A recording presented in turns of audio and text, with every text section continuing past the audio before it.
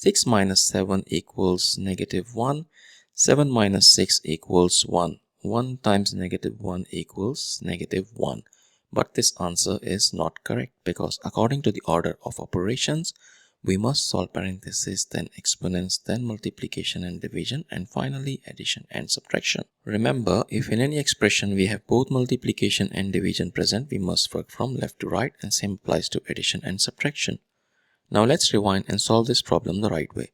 If you notice, in this expression we have couple of subtraction operators present, but we have parentheses present too, and according to the rules, parentheses have highest priority. So let's solve what we have inside parentheses. We have 6 minus 7, that gives us negative 1.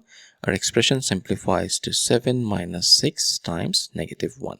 Next operator on the priority list is multiplication because it has higher priority than subtraction. So let's solve this multiplication first. 6 times negative 1, that's negative 6. Our expression simplifies to 7 minus negative 6. So finally we solve this part of the expression. So 7 minus negative 6, negative negative is positive, so we have 7 plus 6 here, and 7 plus 6 equals 13, which is the final and correct answer to this problem. Thank you for watching. Please like the video, comment your answers, and subscribe to our channel.